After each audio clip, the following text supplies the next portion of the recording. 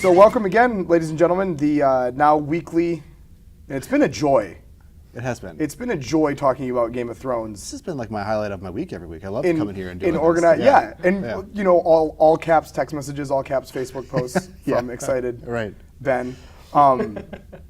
Obviously, we are here at Digital Underground's Media Game of Thrones.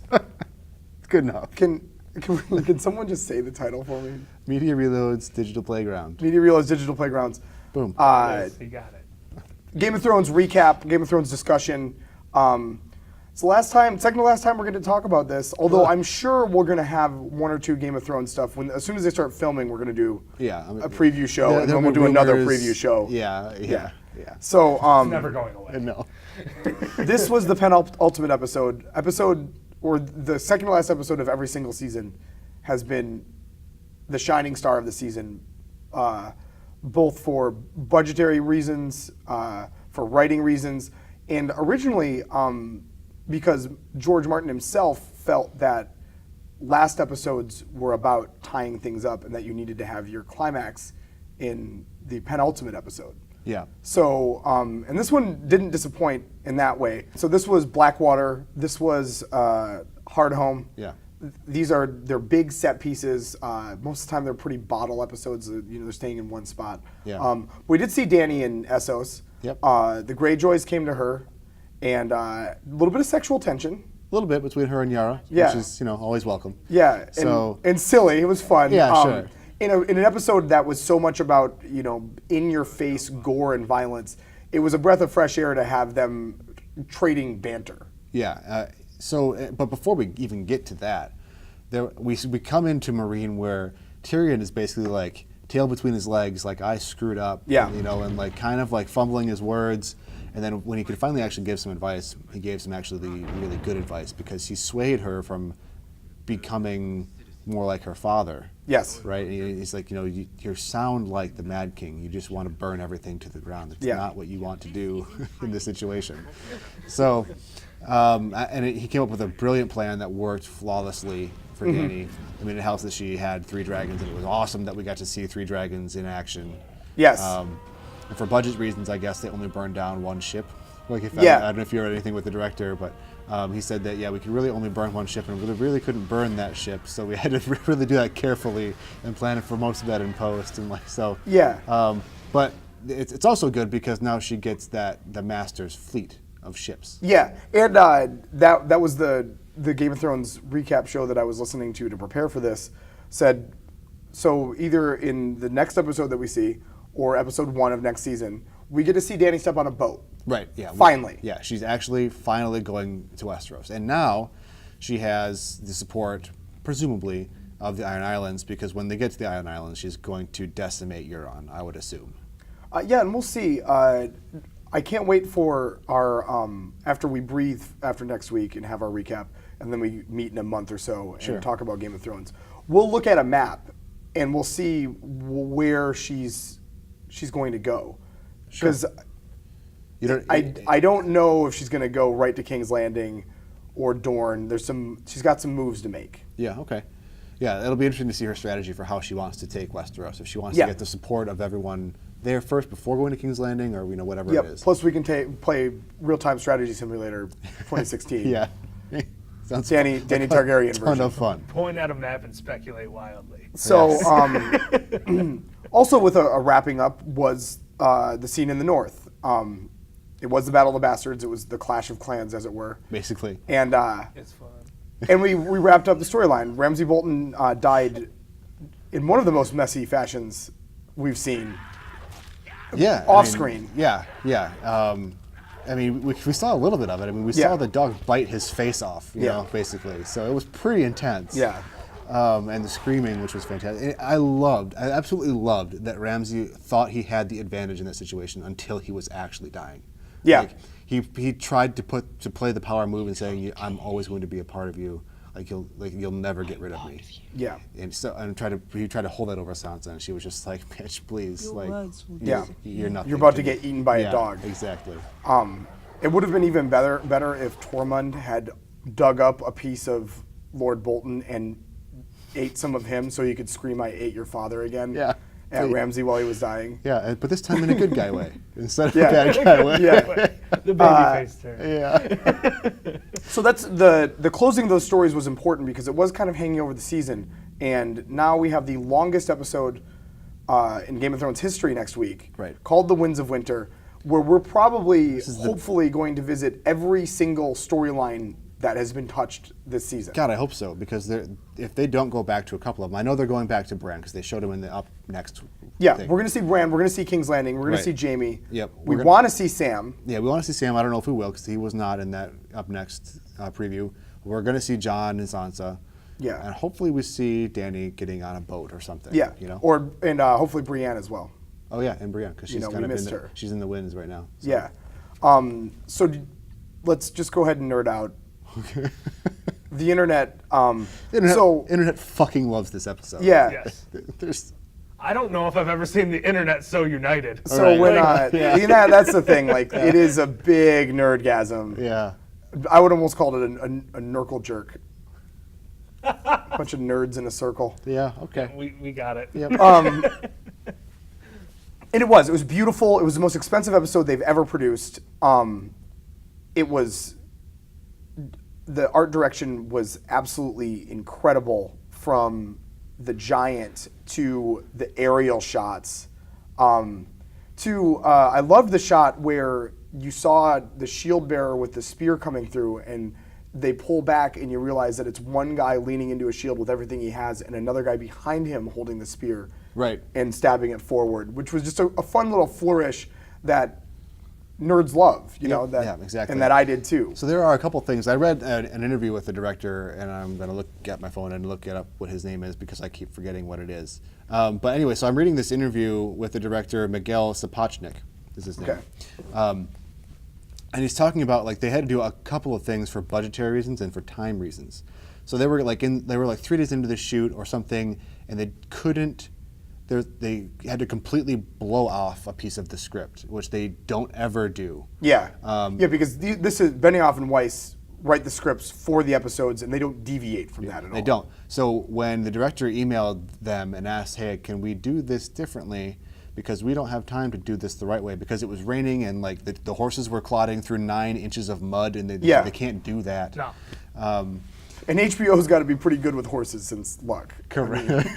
Correct. So they that scene where John is being trampled was added by the director. That wasn't Oh, because it was going to be part of an extended scene, battle scene. Yeah, Yeah, and they had to. That's really interesting because that fit so perfectly with what was going on. Exactly. And then the birthing scene where he comes out of the crowd of people and he like, takes a breath of air and like it's kind of like his will to live and fight is renewed there. And, And Kit Harington, absolutely unconscious Nailed acting it. wise. Yeah.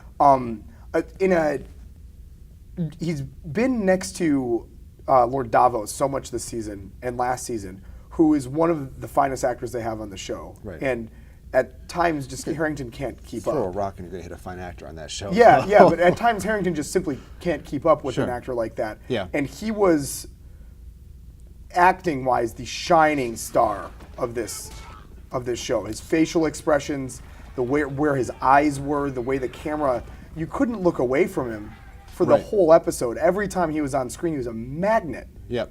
Yeah, and I think that's part of that's partially the director and telling him exactly what he wants out of John in these instances, and this being a completely different side of John that we've never seen before. Yeah, we've never seen John fully committed to a battle. Yeah. We've seen him fight, but we've Right. never seen him almost, I mean, the reckless disregard that he has at the beginning of that, and then the way that he Terminator style goes after Ramsey, and the most satisfying beating to death in a show full of people getting beaten to death. Right. It was the exact opposite of Oberyn getting his fucking eyes pounded out of him by the mountain. Crushed. John just hitting him, and 3 seasons of frustration and disgust and when is this guy gonna get it? Right. Released through the fists of our hero. larger than life due to camera tricks. Kit Harington's like 5'4", Right, and he yeah. was 10 feet tall that day. Yeah, that's correct. Yeah, and then when he's doing all that, for him to like stop and realize, oh, Sansa, you need to kill this son of a bitch. Yeah, Like, this is it's not so my great. job. And I'm excited to see how the tension dissipates with how that battle played out, because Sansa did save the day through Littlefinger, who, again, I just feel like I need to point this out every time he's brought up, is the most significant bad guy on the show that's not a zombie. Right. He's the only one left, human-wise, besides. I mean, I guess you can argue Besides the Faith, Cersei. Yeah. Well, I mean, Cersei. They've actually made Cersei more Sympathetic. likable and sympathetic this Correct. last couple seasons. Actually. But that's just good storytelling to make Sure. your antagonist sympathetic. She's Sure. still a bad guy. Yeah, that's true.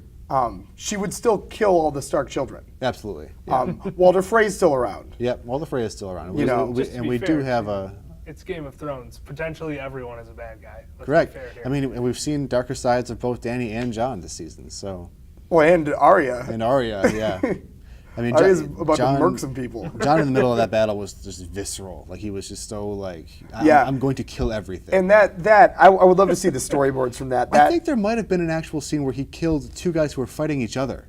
Oh yeah, no, he definitely did that. Yeah, it like, was. don't care.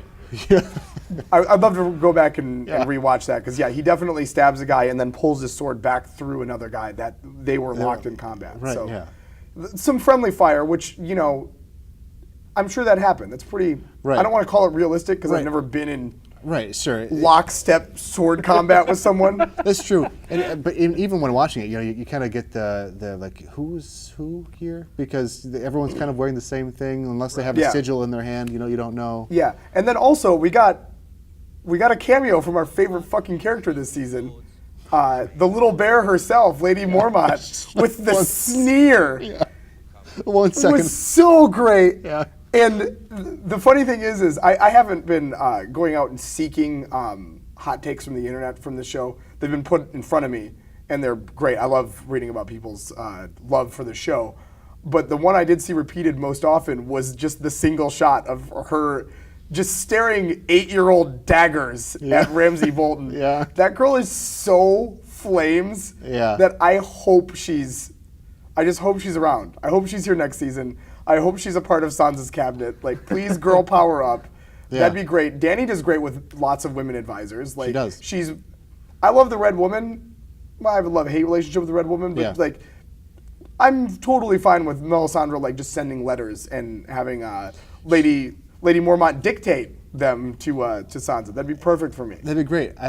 She might be getting her comeuppance pretty soon here, though, because Davos is pissed. Because he kind of put 2 and 2 together on how Shireen died. Yeah, no, I get that. And that's going to be a fun thing to look at. I assume we're going to tie that up if we spend some time in the North next episode. It's called The Winds of Winter. I'd be surprised if we don't spend a little time In the north. in the Winterland. North, and in north, maybe even north of the wall with, obviously with Bran. So, go ahead. Now we can break segment here if we want to, but now I'm ready to pick some nits. Okay. Okay. Because I watched this after the dunk heard around the world. I watched it after the finals. Yeah. Pretty late at night. So I had been excited on a huge adrenaline rush from the game. I had gone out and had some drinks, and I'd come down. Yeah. So I watched it pretty detached, and I thought it was awesome. I thought it was beautiful. with some of the best, no, clearly the best battle scenes ever filmed for television. Real quick, the director mentioned that he didn't want to do as much aerial and stuff because he wanted to get down into the battle more. And that's why I think that's what sets it apart from some of the more traditional movie or TV battles. Yeah, I mean, it looks like Braveheart, where the Right. camera is right next to so many of those guys, 3 feet away for a lot of those shots. Yeah. And it was great. That episode was so predictable, though. Yeah. At no point did I ever think Jon Snow was going to die. At no point did I ever think that Littlefinger wasn't going to save them. Right. And I guess the only surprise was that Ramsay died, because we both didn't think that he would die at the end of the episode. We thought that there was going to be a longer closure to that. Right. So, well, it shone in individual moments, and it was gorgeous and fun and visceral, and Tormund fighting his way up to Jon Snow was great. One, like, punching a hole through the ranks by himself was great, and literally punching the door down was great. So in that moment, I was screaming, "Open the door!" instead of hold the door. Yeah, that was great. Yeah. And Too but soon. after the raw energy and excitement of the Return of the Hound last week, Right. and after all of the quotes that we listed, a girl has a name. Right. It's Arya Stark of Winterfell. Yep. It just felt like so many of those things were looked for but not expected, because this show has taught us to just hate hope and joy at all. Yeah. So to have those things happen, when we wanted them to happen, but we never expected them to happen last week, and then to have this play out exactly the way that we knew it would this week, it just did feel like emotionally it wasn't as high, even though I did feel an immense amount of relief when Jon was pummeling Ramsay. Yeah, and I felt I didn't actually. Yeah, I guess I didn't actually ever fear for Jon's life. There's no way he's going to die here. And on top of that, the Red Woman has said, "If you die, I'm going to revive you." So whether you like it or not. Yeah. I think Red Woman with one of the lines of the episode. Yeah.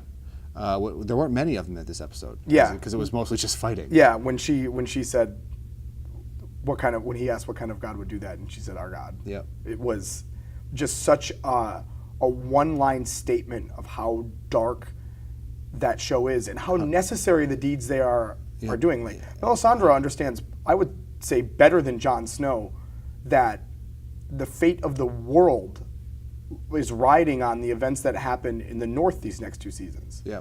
So, yeah, I loved that line from her. Yeah. Continue. Yeah, and I never thought Jon was in danger, but when he was being trampled over, I was almost hyperventilating. Like the way they shot that was great. It was perfect. It was great. Although, for the rest of the series, can we tone down slightly the resurrection Christ imagery of Jon Snow? Of Jon Snow. Yeah. It's almost as bad as, and I love this scene, as when Gandalf comes back in white with the light shining in their eyes. Sure. Or anytime Superman does anything where he's just in the cross position. Yeah. That's basically the only thing he wasn't doing was in the cross position. Yeah. Yeah. And that's again just a nitpick. I won't say this is the first penultimate episode we've had that where I hadn't read. I think that's probably what I'm principally engaging with. Blackwater, I knew what was going to happen. Right, because you read it. Yeah. Right. Hardhome, well, I didn't know what was going to happen. I knew where they had to get by the next episode. Right. Which is to stab Jon. Yeah. So this one being the first fully unexpected, unlooked for penultimate episode, and it being that predictable was kind of, I guess, what I engaged with, just from a TV storytelling perspective. I did enjoy the episode. Yeah. It was the version of LeBron's dunk that I needed. Right. So I think I might eventually be there where you are. Yeah. But I'm still so hyped up about how well it was shot and how cool it was to see that on TV that I can't. Yeah, and the thing is, when Game of Thrones is done, and 20 years from now, when we're talking about great moments of TV cinema, I'm going to call it, we will line up those penultimate episodes and talk about them as among the best in any of the seasons. Right. And this is going to be up there because it's so well produced, well shot, well directed, well acted. Yeah. And when you're talking about it as an episode of TV, it doesn't matter if the story was predictable or not. Right. Every episode of House is predictable. Sure. That doesn't mean it's not excellent, because there are some amazing episodes of that show. Right. You know, predictability is not a strike against it. It's a strike against like me as a Game of Thrones fan, like wanting to be reaching out into the unknown for the first time this season. I just don't know how they're going to. Of course, you say it after last season too, after Hardhome, but you don't know how they're going to top that. Like they had 600 people on a call sheet for these days when they're shooting this battle. Yeah. That's ridiculous. Well, they killed Jon Snow last year is how they topped it.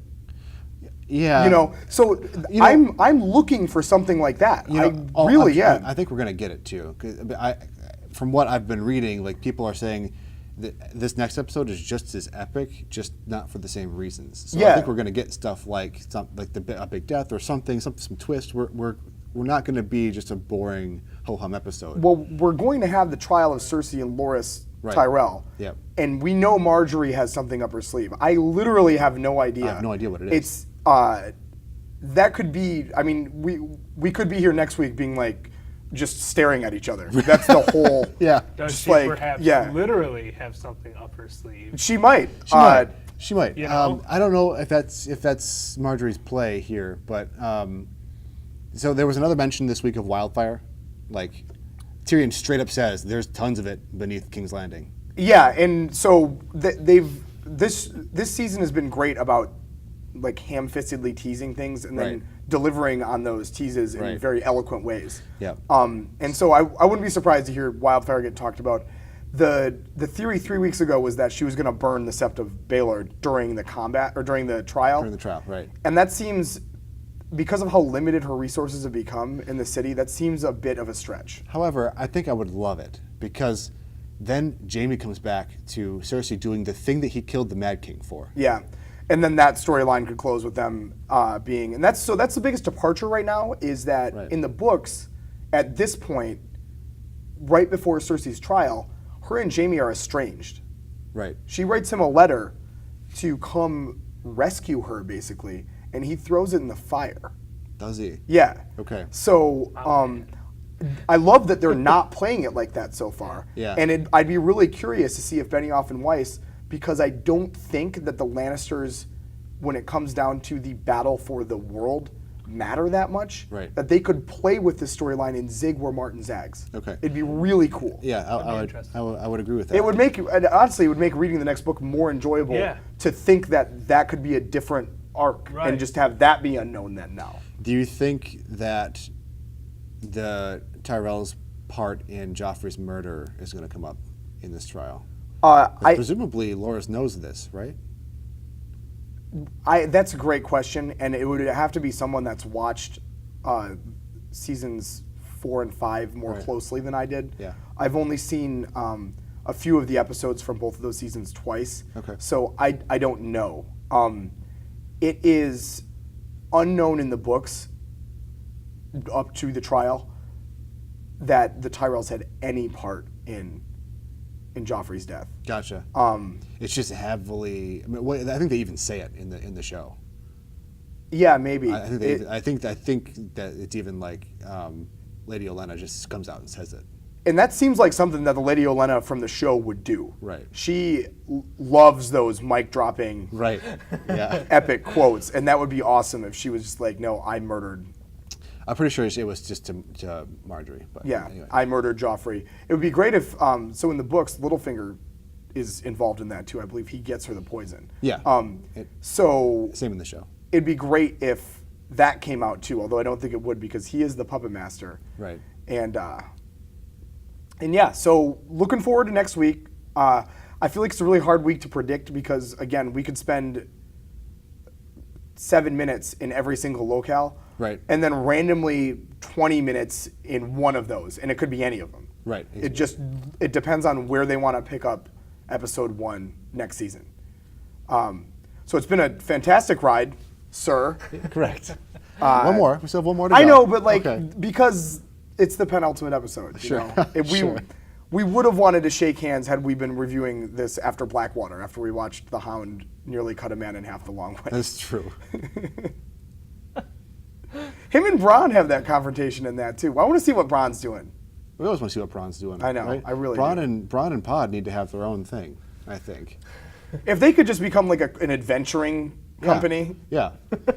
I don't know if you saw in last week's episode, I put, should Braun and Pod have their own How to Fight YouTube series? Because I would pay to watch that. I would love that. We gotta link the dude that analyzes all the fights because he's great. He has a delightful British accent too. He is, yeah, he's fantastic. He like analyzes like how the realism of each fight and like breaks it down. Like to the point of like talking about the types of armor they're wearing and stuff, and then pointing out that like a lot of the decisions that the director's making is based on exigency rather than realism. Right. And yeah, like when he just calls that absolute bullshit when someone steps through like different types of armor and like this would never happen. Yeah. I mean, he should have aimed for this part of the body. Like he like. So this guy has entirely too much time on his hands. No, he's awesome. Yeah, I'm not saying that he's not awesome. And I'm he's just like saying. he's like a weapons. He's a So it's like literally his ancient job weapons is that. expert. It's his job. Yeah. That's awesome. Yeah. He's really cool, and he has whole series on like different martial arts. That's really cool. Yeah. On different martial arts movies and stuff too. Just obviously, when you talk about Game of Thrones, that's the biggest spotlight that you can put on yourself. So obviously we'll link to that. It'll be in the description below to his channel. Yeah. So as always, guys, like, comment, subscribe. Let's get a dialogue going because it was really fun to talk about. That's what I spent my hours before the finals doing, was comment on the video from last week, right? And talk to people about different things that were going on and different things that were going to happen in the Battle of the Bastards. So let's do it for Wins a Winner. Thanks, guys, and thanks for joining us on RIP 1-1.